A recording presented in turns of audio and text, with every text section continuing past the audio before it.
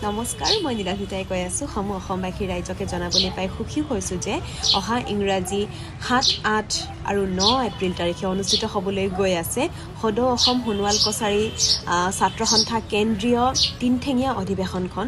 আৰু সেই উপলক্ষে মই উপস্থিত থাকিম অহা ৯ এপ্ৰিল তাৰিখে ৰজনীকান্ত হাজৰিকা সমন্বয় ক্ষেত্ৰ, পুবেৰুণ কৃষিপাম নিগম খেলপথাৰ, তিনিঠেঙীয়া ডিব্ৰুগড়।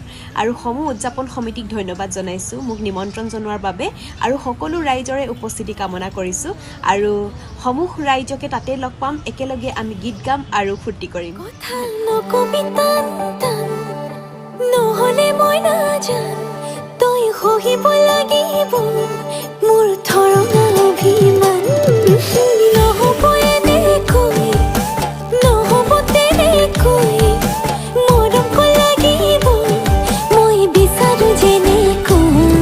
লাগি ৰৈ ৰৈ চাম তই মানা কৰিলেও, মোৰ মতে চুমা দি দিম তই ৰঙা চিঙা পৰিলেও, খঙত হ'লেও